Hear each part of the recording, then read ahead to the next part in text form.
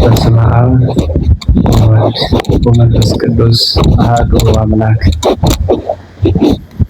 በአንድነቱ ሁለትነት በሶስትነቱ አራትነት የሌለበት በአንድነት በሶስትነት ሲሰለስ ሲቀደስ የሚኖር በወደ ባህሪ አምላክን እንደ ጌትነቱ አቡነ እንደ ቸርነቱ የምንለው በሀብት ስቦ በረድኤት አቅርቦ በመንፈስ ቅዱስ መግቦ ከዚህ ቦታ ያሰባሰበን ስሙ የተመሰገነ ይሁን። የተከበሩ መምህራችን መምህር መንግስቱ፣ እንዲሁም የተከበራችሁና የተወደዳችሁ የእግዚአብሔር ቤተሰቦች፣ አባቶች፣ እናቶች፣ ወንድሞች፣ እህቶች፣ ህፃናትም ጭምር በእግዚአብሔር ስም እንደምን ዋላችሁ? እንደምን ሰነበታችሁ? እስከዚህ ሰዓት ስለምን ቆያችሁ? አሜን። በቸርነቱ በይቅር ባይነቱ ወደ ቅዱሱ ስፍራ አሰባስቦ ሕያው ቃሉን እንድንማማር የረዳን መድኃኔ ዓለም ክርስቶስ በድጋሜ ስሙ የተመሰገነ ይሁን። አፍጣኒተ ረድኤት ምዕራገ ጸሎት የበላይ ሰመቤት ወላዲተ አምላክ ክብርና ምስጋና ለስሟ ይሁን። ቅዱሳን መላእክት፣ ጻድቃን፣ ሰማዕታት ሁሉ እንደየክብራቸውና እንደየሞገሳቸው ክብርና ምስጋና ይድረሳቸው። እንደ እግዚአብሔር መልካም ፈቃድ ረድኤተ እግዚአብሔርን አጋዥ አድርገን አብረን የምንማማርበት የዛሬው የስልጠና ማለት የትምህርታችን መግቢያ የሚሆነን ኦርቶዶክሳዊ የመዳን ትምህርት ነው። የዛሬው ስልጠና ላይ የተሰጠኝ ማለት ነው። ነገረ ድነት ወይም ነገረ ድነት በአማርኛ ኦርቶዶክሳዊ የመዳን ትምህርት ርዕሱ ይሄ ነው። ኦርቶዶክሳዊ የመዳን ትምህርት ይህንን መሰረት በማድረግ ስለ ነገረ ድነት በውስጡ ያሉ ሐሳቦችን መዳን ምንድነው? መዳን ከምንድነው? የሚያድንስ ማን ነው? የሚድንስ ማን ነው? የሚሉ መሰረታዊ ነገሮችን ከላይ አይተን በውስጡ ያሉ ሐሳቦችን እንዘረዝራለን ማለት ነው። እስኪ ሁላችሁም አስታውሱ። መዳን ማለት ምን ማለት ነው? እየሰማችሁ ነው? መዳን ማለት ምን ማለት ነው? መዳን ከተለያዩ ችግሮች ድኖ የሚያውቅ አለ? ጊዜያዊ አደጋ ሊሆን ይችላል፣ አጋጣሚዎች ሊሆኑ ይችላሉ። ከነዚህ ነገሮች ድኖ የሚያውቅ አዎ። መዳን ማለት እንደዚሁ ነው። መዳን ከጊዜያዊ አጋጣሚዎች፣ ከፈተናዎች፣ ከአካላዊ ጉዳቶች መዳን ወይም ከሚደርሱ ነገሮች፣ ጥቃቶች ራስን ነፃ ማድረግ ነው። ከዚህ መካከል በዋናነት የምናያቸው በውስጡ የምናንሸራሸራቸው ሐሳቦች ይኖራሉ። የሚያድን አለ፣ የሚድን አለ። ምን አልኋችሁ? የሚያድን አለ፣ የሚድን አለ። የሚያድን ማን ነው? የሚድንስ ሰው ነው። እንግዲህ ይህንን መሰረት አድርገን የምናስሄደው ጉዳይ ነው። እንግዲህ የትምህርቱ ዓላማ የነገረ ድነት ትምህርት ዓላማ ወደ 6 የሚደርሱ መሰረታዊ ዓላማዎችን እነግራችኋለሁ። የኦርቶዶክሳዊ ነገረ ድነት የምንማማርበት የዚህ ትምህርት ዓላማ አንደኛው ስለ መዳን በቂ ግንዛቤ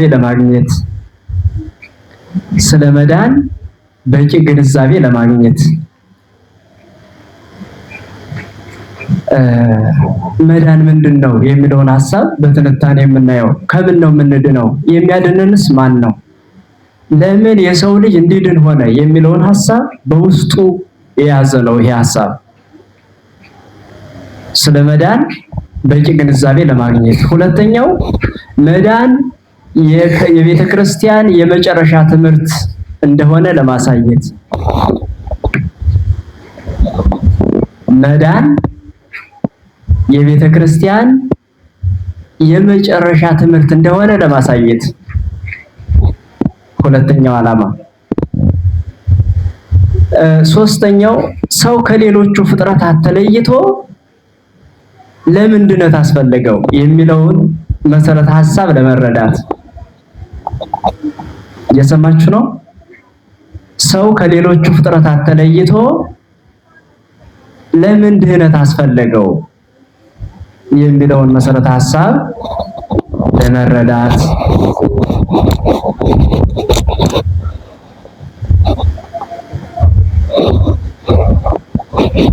አራተኛው የክርስቶስ ማዳን እስከ መቼ የሚለውን ለማየት፣ የክርስቶስ ማዳን እስከ መቼ የሚለውን ለማየት።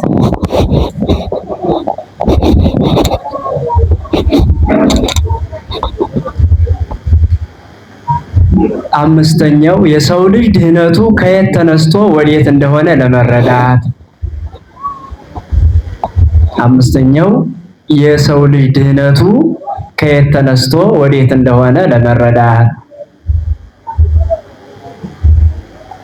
ስድስተኛው እና የመጨረሻው መዳን ከምን እንደሆነ ለመረዳት። መዳን ከምን እንደሆነ ለመረዳት። እንግዲህ እነዚህን መሰረት አድርገን የምናያቸው ብዙ ሐሳቦች አሉ ማለት ነው። እንግዲህ መዳን ማለት ምን ማለት ነው? መዳን የሚለው ቃል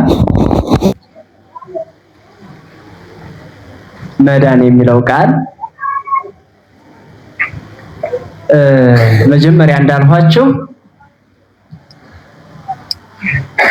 እንደየአገባቡ የተለያየ ትርጉም አለው። እሺ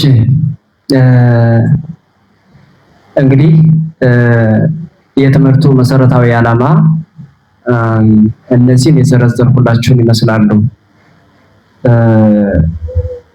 የመጀመሪያው ምን አልኋቸው? ስለ መዳን በቂ ግንዛቤ ለማግኘት። ሁለተኛውስ መዳን የቤተ ክርስቲያኒቱ የመጨረሻ ትምህርት እንደሆነ ለማሳየት። ጥሩ። ሶስተኛ ሰው ከሌሎቹ ፍጥረታት ተለይቶ ለምን ድህነት አስፈለገው? ልብ በሉ። የሰው ልጅ ከመላእክት፣ ከእንስሳት፣ ከእጽዋት፣ ከሁሉም ከነዚህ ሁሉ ተለይቶ ለምን ድህነት አስፈለገው የሚለውን ሐሳብ የምናየው ነው። አራተኛው የክርስቶስ ማዳን እስከ መቼ የሚለውን ለመለየት። አምስተኛው ምን አልኋቸው? የሰው ልጅ ድህነቱ ከየት ተነስቶ ወዴት እንደሆነ ለመረዳት። የመጨረሻውስ መዳን ከምን እንደሆነ ለመረዳት ነው። እሺ መዳን የሚለው የተለያየ አገባቡ እንደያውዱ ማለት ነው። ለምሳሌ ያህል አንድ ሰው ከደረሰበት አደጋ ወይም ከሚመጣበት ችግር ነፃ መሆን ማለት ነው። በመጽሐፍ ቅዱስ ከተለያዩ አይነት ችግሮችና ጥፋቶች መዳንና ነፃ ስለመሆን ተነግሮ እናገኛለን። ከተለያዩ ችግሮች፣ ከተለያዩ ፈተናዎች፣ ከተለያዩ መከራዎች ነፃ ስለመሆን በመጽሐፍ ቅዱስ ተጽፎ እናገኛለን። በኦሪት ዘፍጥረት ምዕራፍ 6 ላይ ለምሳሌ ኖህን ማንሳት እንችላለን። ኖህ ከሰባት ካት የድሮ ሰዎች በደሉና እግዚአብሔርን በድለው የማይመለሱ ሆነው ኖህን መርከብ ስራ ምድርን በማየ አይህ የማጠፋት ነኝና ብለው እግዚአብሔር ነገረው። ቢሰሙህም ንገራቸው አለው። እነርሱ ግን ቢነግራቸው አልሰሙም። ማያ አይህ ዘነመ ኖህ መርከብ ሰርቶ ስለነበረ ከጊዜው ከጥፋት ውሃ ዳነ። ከጥፋት ውሃ ዳነ። እንዲሁ ኦሪት ዘፍጥረት ምዕራፍ 19 ላይ የሰዶምና የገሞራ ሰዎች በድለው በእሳት ሰዶምና ገሞራን በእሳት አጥፍቷታል። እግዚአብሔር በእሳት አጥፍቷል። ሎጥ ግን ድኗል። ከዚህ ከእሳተ ገሞራና ከእሳተ ሰዶም ሎጥ ድኗል። ይህ ጊዜያዊ ድህነት ነው። አያችሁ፣ ጊዜያዊ ድህነት በጊዜው መከራ መጥቷል። ከመከራው ግን የሚተርፉበትን መንገድ እግዚአብሔርን የተከተሉ ሰዎች፣ ስለ እግዚአብሔር የተረዱ በእግዚአብሔር መንገድ የሄዱ ሰዎች በእግዚአብሔር ቃል መሰረት እንዲድኑ ሆነዋል። እንዲሁ እስራኤላውያን ከግብጽ በመውጣታቸው ነፃ በመውጣታቸው ከፈርዖን አገዛዝ ከሞተ በኩር ነፃ መውጣታቸው ድህነት ይባላል። ይሄ ድህነት ይሁንም እንጂ ድህነት የሰው ልጅ መሰረታዊ ችግር ያልፈታ ከነበረበት አረንቋ ሊያወጣ ያልቻለ ለጊዜው ግን በምሳሌነት የነበረ ያለና የሚኖር ነው ማለት ነው። በምሳሌነት እነዚህ ሰዎች በጊዜው ከመጣው ከችግሩ ከፈተናው ሁሉ ድነዋል። ግን የሰው ልጅ መጀመሪያ ከእግዚአብሔር በመለየቱ ከእግዚአብሔር አንድነት ከህብረተ መላእክት በመውጣቱ ሞት ተፈርዶበት ስለነበረ ያኛውን የባህሪ ጉስቁልና የሚያድነው የሚያወጣ ከዚህ ከጉስቁልናው የሚወጣበት ጊዜው ገና ስለሆነ መሰረታዊ ችግሩን ሊፈታለት አልቻለም። እነዚህ ግን በምሳሌነት ያገለግላሉ ማለት ነው። እንዲሁም በአጠቃላይ ከተለያዩ ክፉ ነገሮች መዳን ቅዱስ ጳውሎስ ለጢሞቴዎስ በጻፈለት ሁለተኛ ጢሞቴዎስ ምዕራፍ 4 ከቁጥር 18 ላይ የምናገኘው ሐሳብ አለ። ከተለያዩ ችግሮች፣ ከተለያዩ ፈተናዎች፣ ከተለያዩ አደጋዎች ስለመዳን የተናገረበት ጉዳይ እንዲሁም ጌታችን መድኃኒታችን ኢየሱስ ክርስቶስ በስጋ ተገልጦ ከእመቤታችን ተወልዶ በዚህ ምድር በሚመላለስበት ጊዜ ወንጌልን ሲያስተምር ድውያነ ስጋን በታምራት ድውያነ ነፍስን በትምህርት እየፈወሰ ለምጻሞችን ልምሾ የሆኑትን አይነ ስውሮችን ያድን ነበረ። ይህ ሁሉ ከድህነት ይገባል። ግን ይህ ሁሉ እንዳልኳችሁ የሰው ልጅ እነዚህ መዳኖች እነዚህ ሁሉ በብሉይ ኪዳን የነበሩ ሰዎች ከመከራ ቢድኑም ከችግር ቢድኑም ይህ የተደረገላቸው ለጊዜው ቢያስደስታቸውም ሁልጊዜም ድህነታቸው በስጋና በዚህ ዓለም የተወሰነ ነበረ። በነፍስ ግን ሊድኑ አልቻሉም። በስጋ የተወሰነ ስለነበረ በነፍስ ሊድኑ አልቻሉም። ለጊዜው ከመከራው ወጥተዋል። ከመከራው ስለወጡ በስጋ ስለዳኑ ግን በነፍሳቸው ከመጣባቸው መከራ ሊድኑ አልቻሉም ማለት ነው። ይህ ማለት የሰው ልጅ መሰረታዊ ችግርን ያልፈታ ሰውን ከተፈረደበት የሞት ፍርድ ያላዳነ ስለሆነ ማለት ነው። ያም በጊዜው ጊዜ በስጋ ተገልጾ የሚያደርገው ድህነት ስለሆነ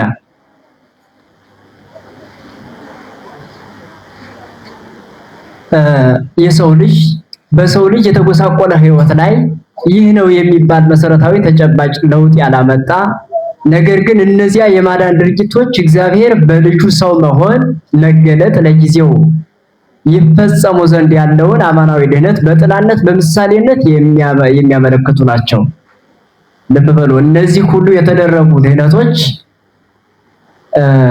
መድኃኔ ዓለም ክርስቶስ በስጋ ተገልጾ በቀራንዮ ላይ ተሰቅሎ ለሚያድናቸው ድህነቶች የሰው ልጅ በነፍስ ከመጣበት በባህሪው ከመጎስቆል ለሚያድነው ድህነት በምሳሌነት የሚያገለግሉ ናቸው። በምሳሌነት የምናያቸው ማለት ነው። የብሉይ ኪዳኑ ፈውስና ድህነት ለሐዲስ ኪዳኑ ለአማናዊው ድህነት ምሳሌ ነው። በምሳሌነት የምናየው አማናዊ ድህነት ግን አይደለም። ምክንያቱም እርሱ አካላዊ ቃል በስጋ ተገልጾ በነፍስ ጽነት ያገኘውን የሰው ልጅ ወደ ነበረበት ክብሩ የሚመልስበት ጊዜውና ሰዓቱ ገና ስለነበረ ማለት ነው።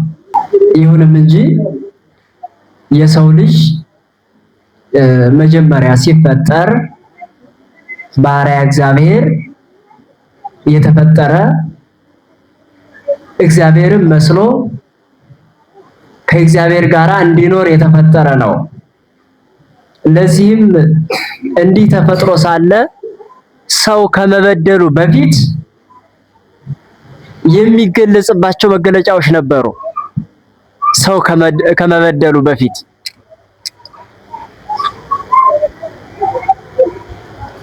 ከመበደሉ በፊት ቅድመ ስህተት ከእግዚአብሔር ጋር የሚኖርበት ሕያው የሆነ አካል ነበረው። በኃጢአት ከመጎስቆሉ በፊት ማለት ነው።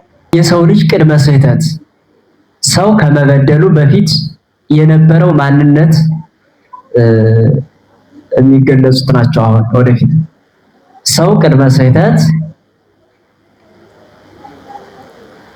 በመጀመሪያ እንዳልኋችሁ እግዚአብሔር በኦሪት ዘፍጥረት ምዕራፍ 1 ከቁጥር 26 ላይ ሰውን በመልካችን እንደ ምሳሌያችን እንፍጠር አለ። የሰው ልጅ በእግዚአብሔር መልክ የተፈጠረ ነው። አርአያ እግዚአብሔርን የያዘ ነው። ይህ አርአያ እግዚአብሔርን የያዘ ሰው በልጅነት ከብሮ በገነት ይኖር ነበረ። ገነትን እንደ ቤተ መንግስት፣ እንደ ዙፋን፣ ይህንን ዓለም እንደ ግዛት አድርጎ እንዲገዛ እግዚአብሔር በጸጋ አክብሮ በገነት አስቀምጦት ነበረ።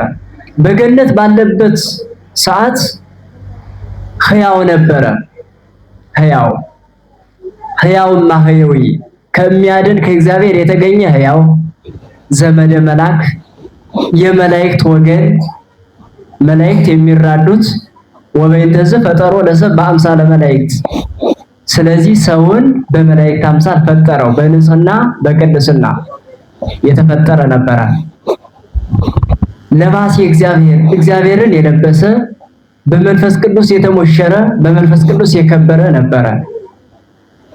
ስርዓትን የሚጠብቅ ሕግና ስርዓትን እግዚአብሔር ያዘዘውን ስርዓት እግዚአብሔርን ያዘዘውን ሕግ የሚጠብቅ ነበረ። በጸጋ የእግዚአብሔር ልጅ ነበረ።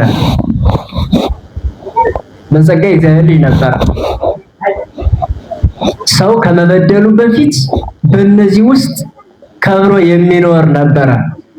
መጀመሪያ ምን አልኋቸው? ሕያው ነበረ።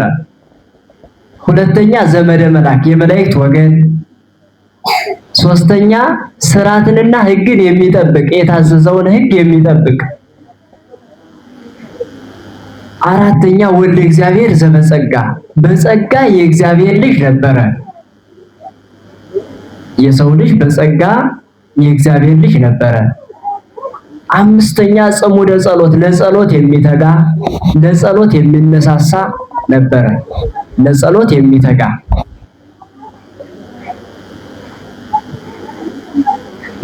የሚተጋ ሌላው ጽላተ ሕግ የእግዚአብሔር ሕግ በልቡናው የተጻፈበት የእግዚአብሔርን ሕግ በልቡናው ጽፎ የሚኖር የሕግ ጽላት ሕጉ የተጻፈበት ነበረ ማለት ነው። ይህንን እየጠበቀ በሚኖርበት ሰዓት የሰው ልጅ ሕጉን ጠብቆ ሕጉን አክብሮ ከእግዚአብሔር ጋራ ከመላእክት ጋራ በምስጋና በገነት በሚኖርበት ሰዓት ዲያብሎስ በእባብ ስጋ ተሰውሮ ወደ ሔዋን በመምጣቱ ይችን ዕፀ በለስ የበላችሁ እንደሆነ የሞት ሞት ትሞታላችሁ ብሎ ያዘዛቸውን የእግዚአብሔርን ሕግ መልሶ እርሱ ይህንን ዕፀ በለስ ብትበሉ የሞት ሞትን አትሞቱም፣ ዓይኖቻችሁ ይገለጣሉ እንጂ የባህሪ አምላክም ትሆናላችሁ ብሎ ለሔዋን ነገራት። ይህንን መጥፎ ሐሳቡን በሔዋን ልቡና ከዘራው በኋላ ሔዋን በእግዚአብሔር ሕግ ጸንታ የነበረችው ሔዋን በዲያብሎስ ሐሳብ ተታላ የእግዚአብሔርን ሕግ ሻሩ፣ ዕፀ በለስንም በሉ። ሔዋንም የሰይጣንን ስብከት አምና ተቀበለችው። ስለዚህም ከአዳም ጋር አብረው ያን ፍሬ በሉ። ወአፍተዋ ለሔዋን ከመ ትብላ እሙእቱ ዕፅ፣ ሔዋንን ከዚያ እንጨት እንድትበላ አስጎመጃት። ማን? ዲያብሎስ።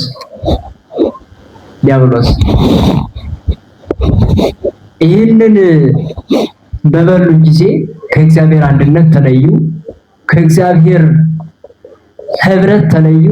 የእግዚአብሔር ማደሪያዎች የነበሩት ወደ ሰይጣን ማደሪያነት ሄዱ። አሁን መሰረታዊ ጉዳይ አትብላ ያለውን ፍሬ መብላቱ ለእግዚአብሔር የሚጎልበት አንዳች ነገር የለው። እየሰማችሁ ነው? እግዚአብሔርን ያችን ዕፀ በለስ አትብላ ማለቱ ያችን ዕፀ በለስ ቢበሉ አዳምና ሔዋን የሚጎልበት ኖሮት አይደለም። ለምን ነው ታዲያ ከተባለ እምነታቸውን በዚያ ሁሉ ክብር በፈጠራቸው በእግዚአብሔር ላይ ከማድረግ ይልቅ ሰምተውት የማያውቁትን አይተውት የማያውቁትን የዲያብሎስን ምክር በመስማታቸው በመታለላቸው በሰጣቸው በሰይጣን ላይ እምነታቸውን በሰይጣን ላይ ማድረጋቸውን ማያሉ። አያችሁ፣ ብዙ ነገር ያደረገላቸውን ብዙ ነገር የፈጠረላቸውን በብዙ ክብር ያስጌጣቸውን ከዛም አልፎ ደግሞ ገነትን ታህል ቦታ እግዚአብሔርን ያህል ጌታ እያላቸው አንዳችም ቀን አይተው የማታውቀው ሔዋን ዲያብሎስን አይተውን የማታውቀውን ሰምተው የማታውቀውን በዚያች ቅጽበት ቃሉን በመስማት ተታለለች። የዚህን ጊዜ እግዚአብሔርን ክደው ለሰይጣን ተገዥዎች ሆኑ። እምነታቸውን መጣላቸውን። ያቺ ሕግ እምነትን መለኪያ ናት፣ ሕጉ ማለት ነው። ይህንን እንዳታደርጉ ብሏቸው ከዚያ ሕግ ወርደው ሲገኙ እምነታቸውን ካዱ። ከእግዚአብሔር ጋር የነበራቸውን ግንኙነት አጡ። እነሱም የሰይጣን ተገዥዎች ሆኑ። እግዚአብሔርን ካዱት፣ ሰይጣንን አመኑት። ስለዚህ አዳምና ሔዋን ያፈረሱት የእምነት መሰረታቸው ነው። የእምነት መሰረታቸው ያ ሕጉ የእምነት መሰረት ነው። ያንን የእምነት መሰረት አፈረሱ። እግዚአብሔር ባዘጋጀላቸው መንገድ ሳይሆን በአቋራጭ መንገድ ለመክበርና እንደራሱ እንደ እግዚአብሔር ለመሆን ተመኙ። እንደራሱ እንደ እግዚአብሔር ለመሆን በአቋራጭ መንገድ ለመሄድ ሞከሩ። እነርሱ ግን የፈለጉት የሄዱበት መንገድ የተሳሳተ ስለነበረ ከክብራቸው ወረዱ። ለእመ መላእክሙ እንትኮ በለሰ ሞተ ትመውቱ፣ ኦሪት ዘፍጥረት ምዕራፍ 3 ላይ ይህችን ከዚህች ዕፀ በለስ ብትበሉ ሞትን ትሞታላችሁ ብሏቸው ነበረ። የሞትን ሞቱ። ከእግዚአብሔር ተለዩ ማለት ነው። የእግዚአብሔር ፍጥረቶች የነበሩት ከእግዚአብሔር በመለየታቸው የደረሰባቸው ነገር አለ። ልብ በሉ። አንደኛ አዳም ከእግዚአብሔር በመለየቱና ከሰይጣን ጋር ኑሮውን በማድረጉ ስቃይ በዛበት፣ መከራ በዛበት፣ ባህሪው ጎሰቆለ። በዚህ መከራ ውስጥ ሳለ ተወቃሽ ሆነ። ከእግዚአብሔር አንድነት ተለይቶ በሰይጣን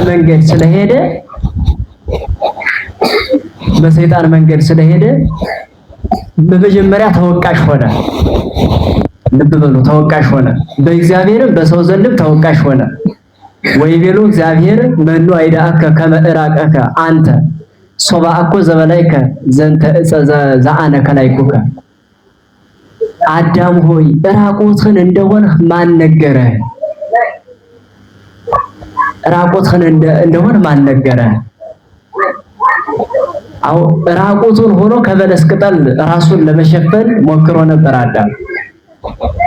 ነገር ግን ያን ጊዜ ከዕፀ በለስ በበላ ጊዜ እርቃናቸውን ሆኖ ጸጋ እግዚአብሔር ተለያቸው።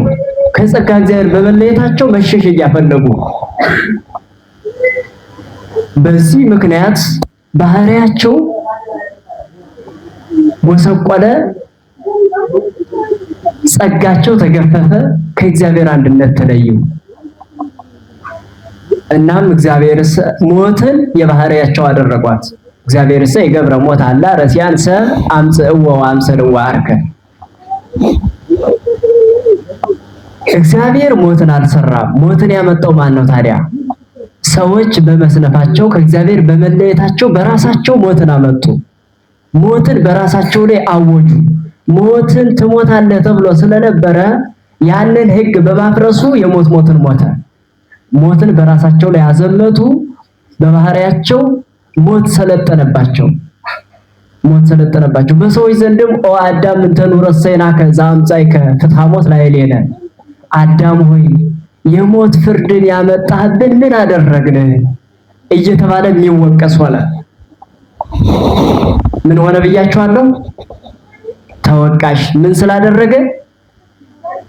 ዕፀ በለስን በልቶ ከእግዚአብሔር ስለተለየ፣ መከራን ስላመጣ፣ ሞትን በራሱ ላይ ስላዘመተ ተወቃሽ ሆነ። ሁለተኛው ሞት ገንዘቡ ሆነ።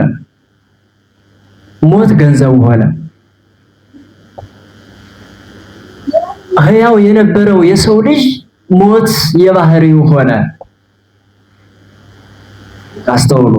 ሕያው እና ሕያዊ ብለናል። ከማህያዊ ከእግዚአብሔር የተገኘ ሕያው ነበረ። በጸጋ ወደ እግዚአብሔር እያደገ የሚሄድ ሁልጊዜም በክብር ላይ ክብር በጸጋ ላይ ጸጋ እየተጨመረለት የሚኖር እንደ መላእክት ሕያው ሆኖ የሚኖር ነበረ። ነገር ግን ከእግዚአብሔር ሕግ በመውጣቱ ሞት ገንዘቡ ሆነ። እና እሱ የሚወዳቸው ልጆቹ ሁሉ ሞት የሰለጠነባቸው ነበሩ። ሶስተኛው ሕይወትን አጣ።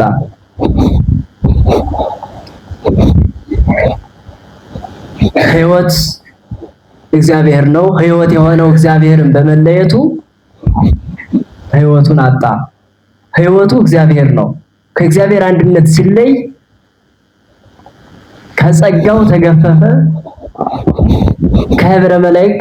ከህብረተ መላእክት ተለየ። ወአውጽኦ ለአዳም ወኀይደሮ ቅድመ ገነተ ትፍሥሕት ወአዘዞሙ ለሱራፌል ወለኪሩቤል ዘውስተ እደዊሆሙ ሰይፈ እሳት እንተ ትትመያየጥ ከመ ይቀው ፍኖተ ዕፀ ሕይወት ይላል።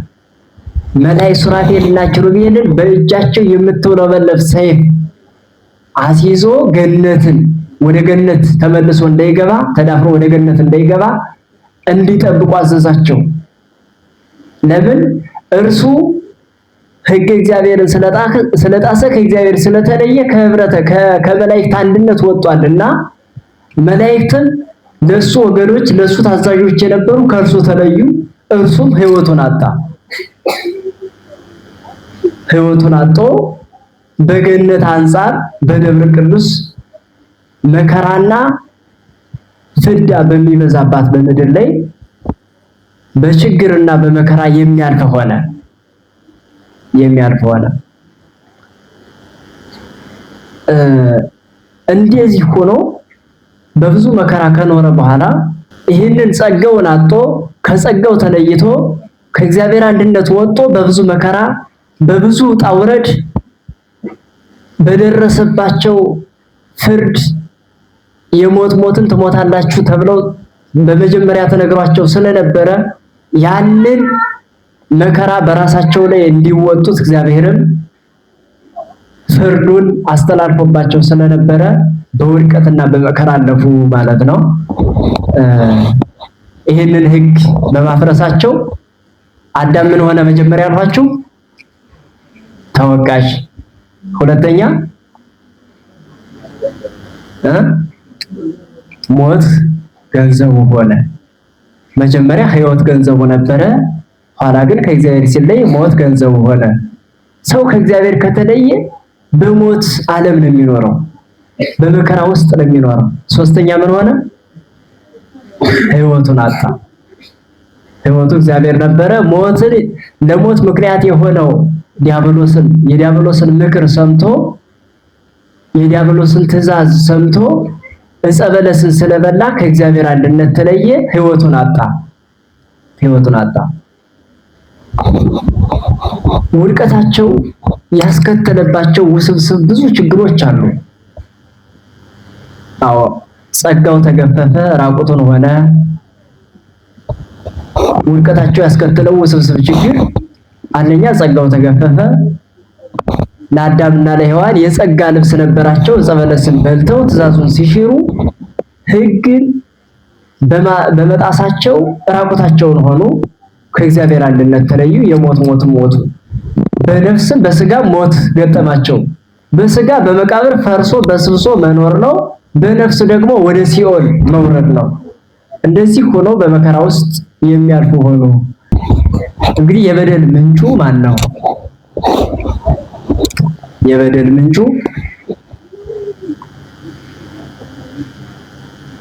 ምንጩ ማን ነው? ዕፀ በለስ ወይስ ሰይጣን?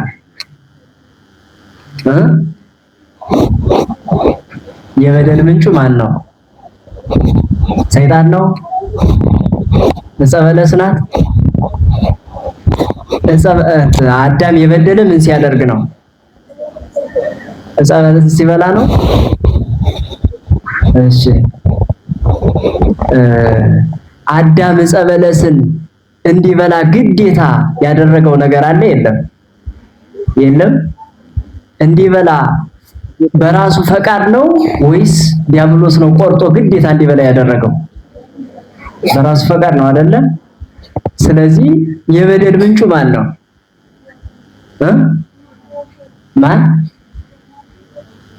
ማን አላችሁኝ? እሺ አይሰማኝም። ሞት ነው። አሁን ልብ በሉ። አዳም በድሏል። የበደለ ደግሞ ምን ስላደረገ ነው አሏችሁ? ዕፀ በለስን ስለበላ። ዕፀ በለስን እንዲበላ ያደረገው ማን ነው? እሺ ሔዋን። እሺ ዕፀ በለስን እንዲበላ ሰይጣን መጥቶ ይችን በለስ ብትበሉ የሞትን ሳይሆን የምትሞቱ የባህሪ አምላክ ትሆናላችሁ አላቸው። እንደዚህ ሲላቸው ወደ ዕፀ በለሷ ለመብላት ከመብላታቸው በፊት በልቦናቸው ምን አደረ? ምኞት አድሯል? የለም። ከመብላታቸው በፊት ልብላ የሚል ምኞት አለ? የለም። በሔዋን ላይ አለ። ስለዚህ ልብላ ካለች እርሱ ሐሳብ ነው ያመጣ። ዲያብሎስ ሐሳብ አንስቷል፣ እንድትበላ አድርጓታል። ነገር ግን እምቢ ማለት ትችላለች? አትችልም? ትችላለች። ልብላ እንዳለች ሁሉ አልበላም ማለትም ትችላለች አይደለ? ምን ስላላት? ነፃ ፈቃድ ስላላት። አያችሁ፣ የበደል ምንጩ የራሱ ነፃ ፈቃድ ነው። የራሱ ነፃ ፈቃድ። ለምሳሌ አባቶቻችን በትርጓሜ ላይ ይችን ብትበሉ አማልክት ትሆናላችሁ ብሎ ሲላት እርሷ ያለመረዳቷ ያለመመራመሯ ነው እንጂ አንተ ይሄን እንደዚህ ዕፀ በለስን ተበልቶ አምላክ የሚሆን ከሆነ ለምን አንተ አልበላህም ብላ ብትመልሰው መልስ ያጣ ነበር ይላሉ። አያችሁ፣ እሱ የወደቀ ምን ፈልጎ ነው? አምላክ ለመሆን ፈልጎ ነው አይደለ? ነገር ግን እሱ አምላክ ለመሆን ፈልጎ ያላገኘውን ከእግዚአብሔር የተለየው ዲያብሎስ መጥቶ አምላክ ትሆናላችሁ አለ። እርሱ ፈልጎ ያጣውን በሌላ በኩል መጥቶ ደግሞ እነርሱን ለመጣል ነው የፈለገ። እርሱ ወድቋል። እነርሱን ለመጣል ሲፈልግ እርሷ ግን ሐሳቡን በመቀበል የራሷ ምኞት ወደ አምላክ መሆን አዘነበለ። ህሊናዋ ወደዚያ ተሳበ።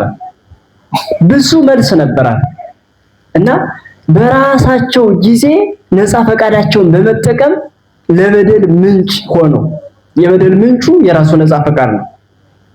የራሱ ነፃ ፈቃድ። ይህች ነፃ ፈቃድ ሞትንም ሕይወትንም ከእግዚአብሔር ጋር መኖርንም ከእግዚአብሔር ጋር አለመኖርንም የምታስመርጥ ናት። መጀመሪያ ላይ ይችን ብትበላ ትሞታለህ ተብሏል። ትሞታለህ ተብሎ አይ ያንን ምክረ ሐሳብ ሲመጣለት የሰይጣን ምክረ ሐሳብ ሲመጣለት ደግሞ በዚያ በኩል እንዲያዘነብል አደረገ። በነፃ ፈቃዱ ለ7 ዓመት በያው ከእግዚአብሔር ጋር ኖረ። በነፃ ፈቃዱ ደግሞ ዕፀ በለስን በልቶ ከእግዚአብሔር አንድነት ተለየ። ስለዚህ የበደል ምንጩ ማን የሆነ ራሱ ነፃ ፈቃድ ነው። የራሳቸው ነፃ ፈቃድ ከእግዚአብሔር ወደ ሰው የምትተላለፍ የልቦና ሕግ ስትሆን መገለጫዋ ግን አካል ነው። ከእግዚአብሔር ወደ ሰው የምትተላለፍ የልቦና ሕግ ናት። የልቦና ሕግ መገለጫዋ ግን አካል ነው። አሁን ይቺ ነፃ ፈቃድ እግዚአብሔር ሰውን ሲፈጥረው በነፃ ፈቃድ ነው የፈጠረው። ነፃ ፈቃድ ማለት የመረጠውን ተከትሎ እንዲሄድ የምታደርግ ናት። የመረጠውን የወደደውን ለምሳሌ ሰው በዚህ በኩል ገደል አለ፣ በዚህ በኩል ደግሞ ጥሩ መንገድ አለ ቢባል በዚህ ከሄድህ ገደል ነው ትወድቃለህ፣ በዚህ ከሄድህ ግን ጥሩ መንገድ ታገኛለህ ቢባል ያ ሰው ሁለቱን አመዛዝኖ ክፉና በጎውን ይለያል አይለይም? ለምሳሌ እናንተ በዚህ በኩል ብትሄዱ ታላቅ አውሬ አለ ይበላችኋል፣ በዚህ ከሄዳችሁ ግን ጥሩ መንገድ አለ ርቀት አለው ግን ቀስ ብላችሁ ትደርሳላችሁ ብትባሉ ክፉና በጎ ያለበትን አውሬ ያለበትና የሌለበትን መዝናችሁ ማወቅ ትችላላችሁ? አትችሉም? ትችላላችሁ። በዚያ ብትሄዱ አውሬ እንዳለ ተነግሯችኋል፣ አውሬው ደግሞ ይበላችኋል። በዚያ ብትሄዱ ግን ጥሩ መንገድ እንዳለ ተነግሯችኋል፣ በሕይወት ትኖራላችሁ። ልክ እንደዚህ ሆኖ አዳምና ሔዋን ይህችን ብታደርጉ የሞት ሞት ትሞታላችሁ ተባሉ። በዚህ ይህንን ሕግ ብትጠብቁ ግን ከኔ ጋር ትኖራላችሁ ተባሉ። ያንን ሕግ ጥሰው በዚያ በመሄዳቸው በነፃ ፈቃዳቸው በራሳቸው ፍላጎት ስለሄዱ ከእግዚአብሔር ተለዩ። የሰይጣንን ምክር በመስማት ከእግዚአብሔር አንድነት ወጡ ማለት ነው። እና የበደል ምንጩ የራሳቸው ነፃ ፈቃድ ነው። ይህ ነፃ ፈቃድ ከእግዚአብሔር የተሰጣቸው እሳትና ውሃን የመለየት ክፉና በጎን የመለየት መልካሙንና ደጉን ማለት መልካሙንና ክፉን የመለየት ችሎታ እንዲኖራቸው አድርጎ የተፈጠሩባት ነፃ ፈቃድ ናት ማለት ነው። በሞትም ሆነ በሕይወት ውስጥ የመጨረሻውን ውሳኔ የምታስፈጽም እርሷ ናት። በሞትም በሕይወትም የመጨረሻውን ውሳኔ የምታስፈጽም ይህች ነፃ ፈቃድ ናት።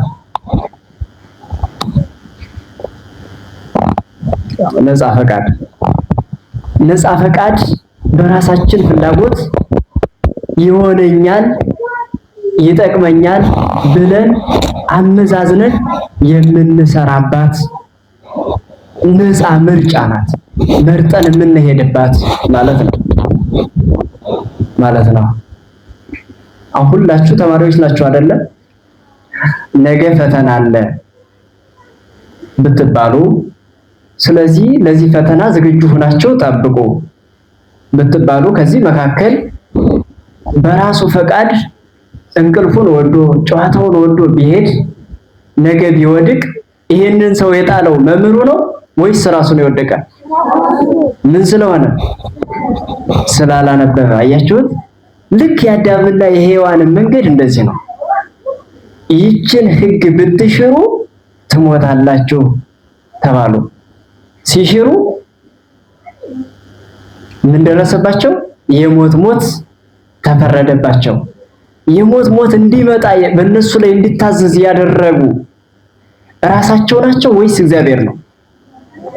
ራሳቸው በራሳቸው ነፃ ፍላጎት ወይም ነፃ ምርጫ ስለሆነ ማለት ነው። እና የበደል ምንጩ ማን ነው ከተባለ ራሱ አዳም ወይም በነፃ ፈቃዱ መርጦ ባደረገው ፍላጎት ወይም ነፃ ፈቃዱ ናት ማለት ነው። እንግዲህ የበደል ዝርዝር አዳም ያደረጋቸው በደሎች ከእግዚአብሔር በመለየቱ ምክንያት ብዙ በደሎች ደርሰዋል። ከነዚህም አንደኛው ጥንተ አብሶ ነው። ጥንተ አብሶ ማለት የመጀመሪያ በደል ማለት ነው። የበደል መጀመሪያ ከእግዚአብሔር ሕግ ሲወጣ የእግዚአብሔርን ሕግ ሲሽር እግዚአብሔርን ሲክድ የደረሰበት ያደረገው ነገር ያ መጀመሪያ የበደል መጀመሪያው ጥንተ አብሶ ዕፀ በለስ መብላት፣ ከሕጉ መለየት፣ ከእግዚአብሔር አንድነት መውጣት፣ ውርሳዊ ኃጢአት የባህሪው ሆነች። ኃጢአት በባህሪው የምትቀዳ ለምሳሌ አንድ ውሃ ከላይ ካናቱ ላይ ቢደፈርስ እታች ድረስ እየደፈረሰ ልብሩስ ወደ ታች ድረስ እየደፈረሰ የሚሄደው እስከታች ድረስ። አዳምም በእርሱ ባህሪው ሲጎሰቁል የሚወልዳቸው ልጆች ሁሉ በኃጢአት የተያዙ ነበሩ። በጥንተ አብሶ የተያዙ በውርስ ኃጢአት የተያዙ ነበሩ። ፍዳ መርገም በመርገም ተይዘው የሚወለዱ ነበሩ። በፍዳ በመርገም ተይዘው የሚወለዱ ነበሩ። ሞተ ሥጋ ሞተ ነፍስ ተፈርዶባቸው የሚወለዱ ነበሩ። ልብ በሉ። በሞተ ሥጋ በሞተ ነፍስ ተይዘው በስጋቸው ይሞታሉ፣ በነፍሳቸው ወደ ሲኦል ይወርዳሉ። በነፍሳቸው ወደ ሲኦል ጽነተ ኃጢአት በኃጢአት ጸነው ኃጢአት ተብትቦ ይዟቸው በኃጢአት ላይ ኃጢአት እየደረቡ የሚሰሩ ነበሩ። በዚህ ሁሉ መከራ ነበሩ ማለት ይህንን ሁሉ በደል ይህንን ሁሉ ኃጢአት እንዲሰሩ ያደረጋቸው ከእግዚአብሔር በመለየታቸው ነው። ከእግዚአብሔር በመለየታቸው ይህ ሁሉ በደል ደረሰባቸው ማለት ነው። አዳም በእነዚህ ሁሉ ፈተናዎች በዚህ ሁሉ መከራዎች የኖረ በራሱ ጊዜ ከእግዚአብሔር የተለየ የሞት ሞት የሞተ በስጋው በመቃብር ፈርሶ በስብሶ በሲኦል ደግሞ ነፍሱ በሲኦል ወርዳ በዲያብሎስ ቆራኝነት ተይዛ የሚኖር ነው። ስለዚህ አዳምን የሚያድነው መድኃኒት ያስፈልገዋል። ይህ መድኃኒት ማን ነው? ምን መሆን አለበት? ይህ መድኃኒት ማን ነው? አዎ የሚያድነው አዳም ምንድነው? ሰው ነው አይደለ? የበደለው ደግሞ ምንድነው? ሰው ነው። የበደለውን ሰው የሞተው ሰው ነው። አዳም ሰው ስለሆነ ማለት ነው። ይህንን ሰው የሚያድነው ሰው መሆን አለበት። አዳምን የሚያድነው መድኃኒት ማን ነው? በጥያቄ ያዟት እቺ። አዳምን የሚያድነው መድኃኒት ማን ነው? እርስ አዳምን የሚያድነው መድኃኒት ማን ነው? ወይም ምንድነው?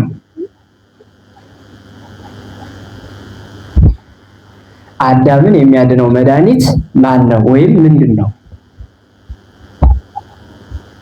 አንደኛ ሰው መሆን አለበት።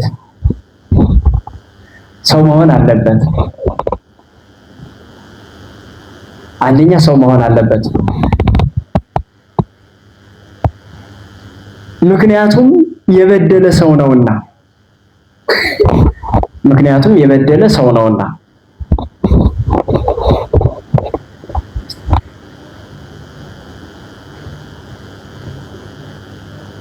ሰው መሆን አለበት። ምክንያቱም የበደለ ሰው ነውና። ሁለተኛ መሞት አለበት። ሁለተኛ መሞት አለበት። ሁለተኛ መሞት አለበት። በበደለኛው ላይ የተፈረደበት ፍርድ ሞት ነውና። በበደለኛው ላይ የተፈረደበት ፍርድ ሞት ነውና። ሶስተኛ ሞትን ማሸነፍ መቻል አለበት። ሶስተኛ ሞትን ማሸነፍ መቻል አለበት። አራተኛ ንጹሐ ባህሪ መሆን አለበት። አራተኛ ንጹሐ ባህሪ መሆን አለበት።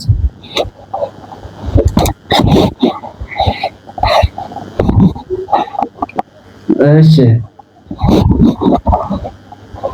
አዳምን የሚያድነው መድኃኒት ምን መሆን አለበት? መጀመሪያ ለምን ምን መሆን አለበት? እሺ ምን ስለሆነ የበደለው ሰው ስለሆነ በጣም ጥሩ። የበደለው ማን ነው? አዳም ነው። አዳም ምንድነው? በበደል ተይዟል አይደለ? አዳምን ሊያድነው የሚችለው ምን መሆን አለበት? ሰው መሆን አለበት። ሰው መሆን አለበት። እንግዲህ አዳም ሰው ነው፣ በድሏል። ራሱን በራሱ ሊያድን እንዳይችል እሱ በደለኛ ነው። ሌላ ሰው እንዳያድነው ሌሎቹ ሁሉ በበደል ተይዘዋል። ስለዚህ ሰው መሆን አለበት። ሰው መሆን አለበት። ይህ ሰው ደግሞ ሁለተኛው ምንድነው? መሞት የሚችል ነው። መሞት የሚችል ለምን? የተፈረደ በአዳም ላይ የተፈረደው ፍርድ ሞት ነው።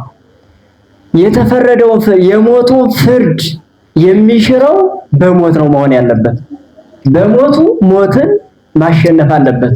በሞቱ ሞትን ማሸነፍ የሚችለው ደግሞ ንጹሕ ባህሪ መሆን አለበት።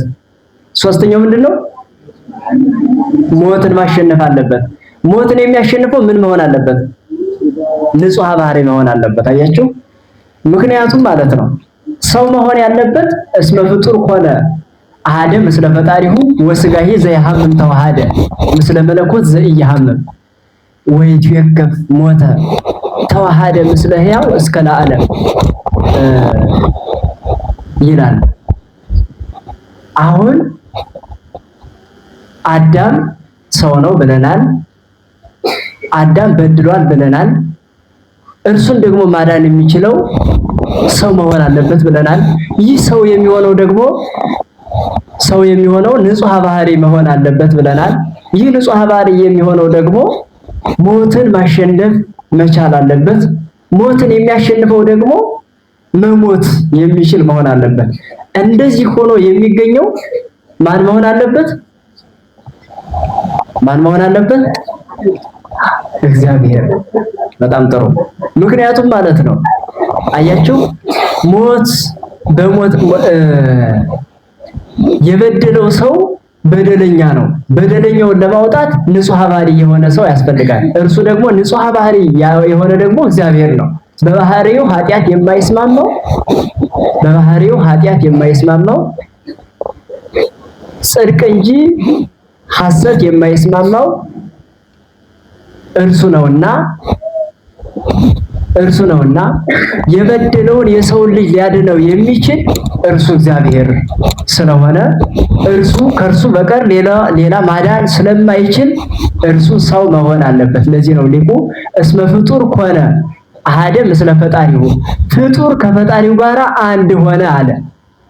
ወሥጋሂ ዘይሐምም ተዋሃደ ምስለ መለኮት ዘኢይሐምም የሚታመም ሥጋን ከማይታመም መለኮት ጋር ተዋሃደ አለ። ከማይታመም መለኮት ጋር ተዋሃደ። ሰውን ለማዳን የማይታመመው መለኮት ከሚታመመው ሥጋ ጋር ተዋሃደ። የማይታመመው መለኮት ከሚታመመው ሥጋ ጋር ተዋሃደ። ቀዳማዊው መለኮት ከዳህራዊ ሥጋ ጋር ተዋሃደ። ምን ለማድረግ? ሰውን ለማዳን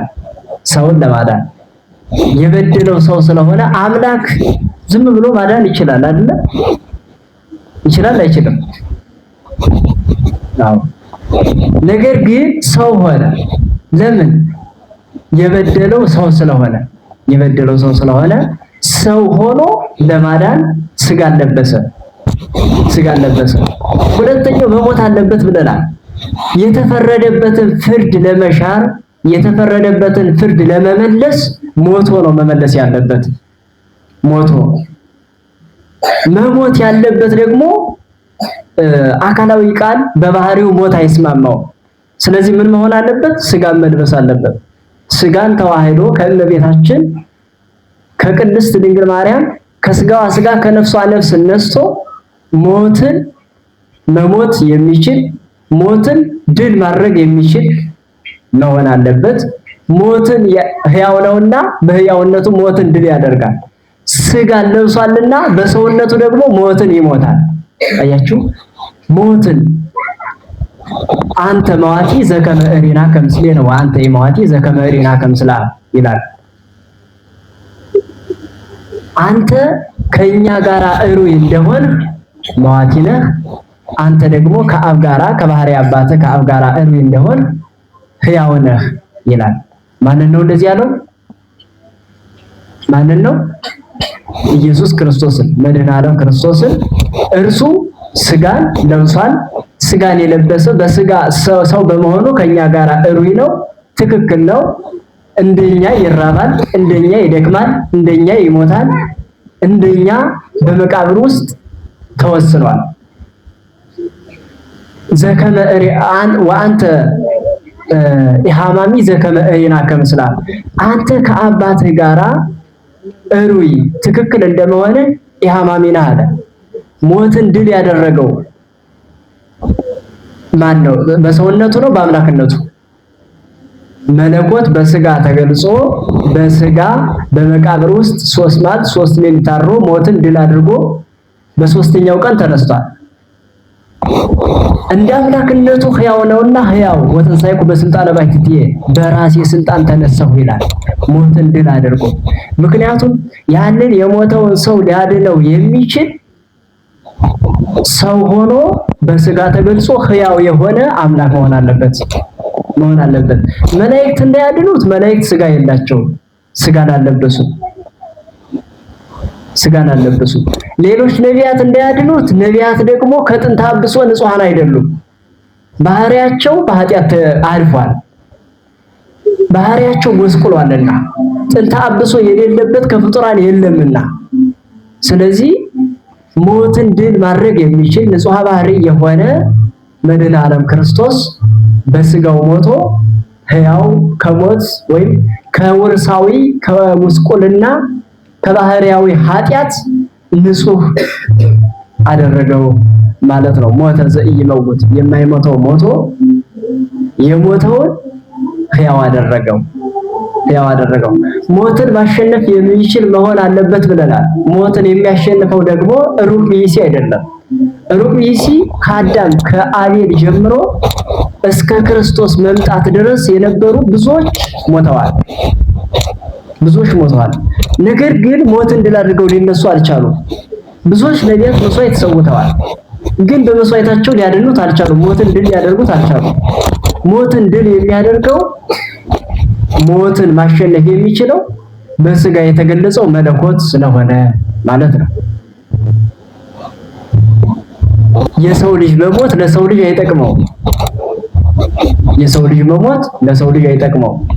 ምክንያቱም ሞትን ድል ሊያደርገው ስለማይችል፣ ሩቅ ብእሲ ሞትን ድል ሊያደርግ ስለማይችል አምላክ ሰው ሆኖ በስጋ ሞተ። በሞቱ ለሞት ደምሰሶ ይላል። ሞትን በሞቱ አጠፋው፣ ድል አደረገው ይላል እና እስመ ሰበረ ኆኃተ ብርት ወቀጥቀጠ መናስክ ተዛሐፄ። ይህን ሁሉ ድል ያደረገ እርሱ ወበእንተዛ አስተርአየ ወልደ እግዚአብሔር ከመ ይስዓር ግብሮ ለዲያብሎስ። ስለዚህ የእግዚአብሔር ልጅ በስጋ ታየ የዲያብሎስን ስራ ያጠፋ ዘንድ ይላል። የዲያብሎስ ስራ ምንድነው? ቆራኝነት። የሰው ልጅ ተቆራኝቶ በመከራ ውስጥ ያኖረው የነበረ ዲያብሎስ የሚሞተው ሞትን ድል በሚያደርግ በክርስቶስ ነውና ማለት ነው። ሌላው ንጹሕ ባህሪ መሆን አለበት ብለናል አይደል? ንጹሕ ባህሪ መሆን አለበት። ምክንያቱም ያ የሞተው ሰው ባህሪው ስለጎሰቆለ፣ ባህሪው ስላደፈ ንጹሕ ባህሪ መሆን አለበት። ከሰው ልጆች ንጹሕ ባህሪ ሆኖ የሰው ልጅ ነፃ ሊያወጣ የሚችል ባለመገኘቱ እግዚአብሔር በባህሪው ንጹሕ የሆነው ንጹሕ ስጋን ከመቤታችን ነስቶ ስጋን ተዋህዶ በስጋ ሞቶ ከሞት ነፃ አደረገው። አሁን መላእክት ኃጢአት አልሰሩም፣ ንጹሐን ናቸው። እነርሱ እንዳያድኑት ስጋን ለብሰውም ብለናል። ሰዎችን ነቢያት አሉ ትንቢት የተናገሩ፣ እነ ኤልያስ አሉ፣ እነ ሄኖክ አሉ በሕይወት ያሉ።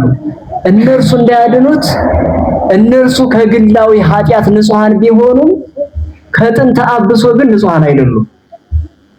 ምክንያቱም እነርሱ የአዳም ልጆች ናቸው። የአዳም ልጆች በመሆናቸው ብቻ ጥንተ በደል አለባቸው። ከራሳቸው ኃጢአት ንጹሃን ናቸው። በግላቸው ኃጢአት አልሰሩም። በግላቸው ኃጢአት ባይሰሩም ግን ሰው በመሆናቸው ብቻ ባህሪያቸው አልፎ ነበረ። ባህሪያቸው አልፎ ስለነበረ ንጹሃን ስላልሆኑ ማዳን አይችሉም። ማዳን የሚችል ኢየሱስ ክርስቶስ በስጋ ተገልጾ ማለት አካላዊ ቃል በስጋ ተገልጾ ሰው ሆኖ በቀራንዮ ተሰቅሎ ደሙን አፍስሶ ስጋውን ቆርሶ ስለሆነ እርሱ ነው የሚያድነው ማለት ነው። እስመ ብዙኃን ነቢያት ወጻድቃን ሞቱ ወአልቦ ዘበቋ ሞቶሙ ወዘክርስቶስ ዓለመ አድኃነ ዓለም። ብዙ ነቢያት ብዙ ጻድቃን ሞተዋል። ነገር ግን የነዚህ ሞት አልጠቀመም። የክርስቶስ ሞት ግን ዓለምን ሁሉ አዳነ ይላል። የክርስቶስ ሞት ግን ዓለምን ሁሉ አዳነ። እስመ ንጹሐት እማንቱ ጠባያቲሁ ለእግዚአብሔር፣ የእግዚአብሔር ጠባያቶቹ ንጹሐን ናቸው። የእግዚአብሔር ባህሪው ንጹህ ነውና ንጹህ ባህሪ የሆነው ባህሪው የጎሰቆለበትን የሰው ልጅ ከሞት የሚያድነው እርሱ ነው ማለት ነው። እንግዲያ ዕፀ በለስ ለምን ተፈጠረች? ጥያቄው ይመርኩ። ዕፀ በለስ ለምን ተፈጠረች?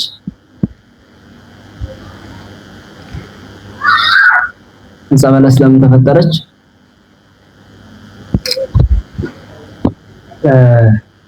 አንደኛ አዳም ለእግዚአብሔር ያለው ፍቅር